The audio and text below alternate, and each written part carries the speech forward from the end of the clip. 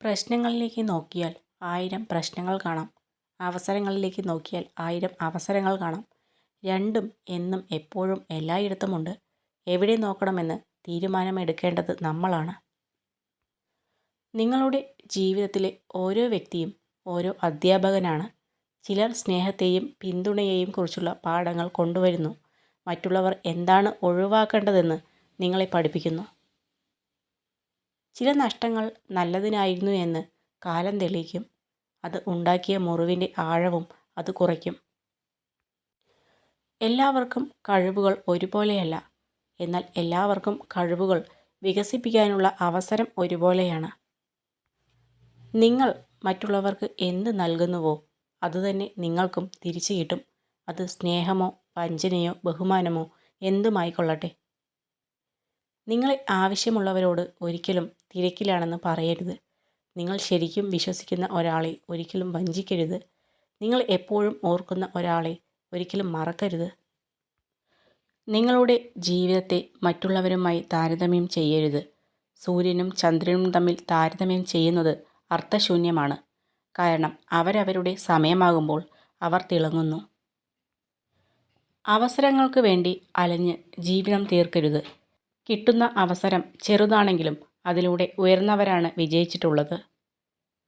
ബഹുമാനമായാലും സ്നേഹമായാലും സൗഹൃദമായാലും ആത്മാർത്ഥത ഇല്ലെങ്കിൽ എല്ലാത്തിനും ഒരു പേരേയുള്ളൂ: അഭിനയം.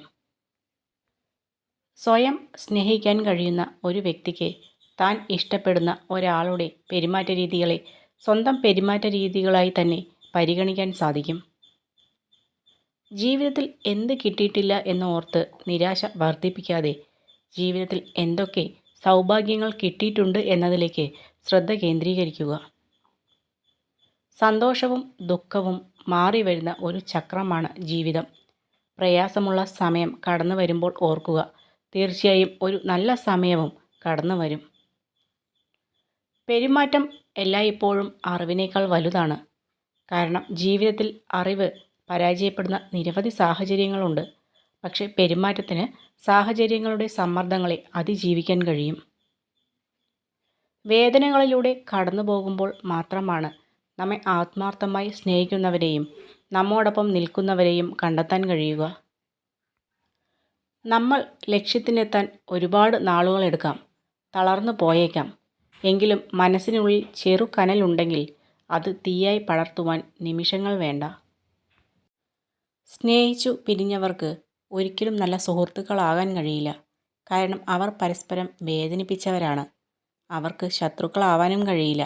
കാരണം ഒരിക്കൽ അവർ പരസ്പരം സ്നേഹിച്ചിരുന്നു. ഒറ്റപ്പെടുവാണെങ്കിൽ ഒറ്റപ്പെട്ടോട്ടെ. പക്ഷേ നമ്മളോട് മിണ്ടാൻ ഇഷ്ടമില്ലാത്തവരുടെ പിന്നാലെ പോകരുത്. അവർക്ക് വേണ്ടി നമ്മുടെ സമയം കളയാതിരിക്കുക. നമ്മുടെ വില തിരിച്ചറിയുന്ന ഒരു സമയം അവർക്കുമുണ്ടാകും.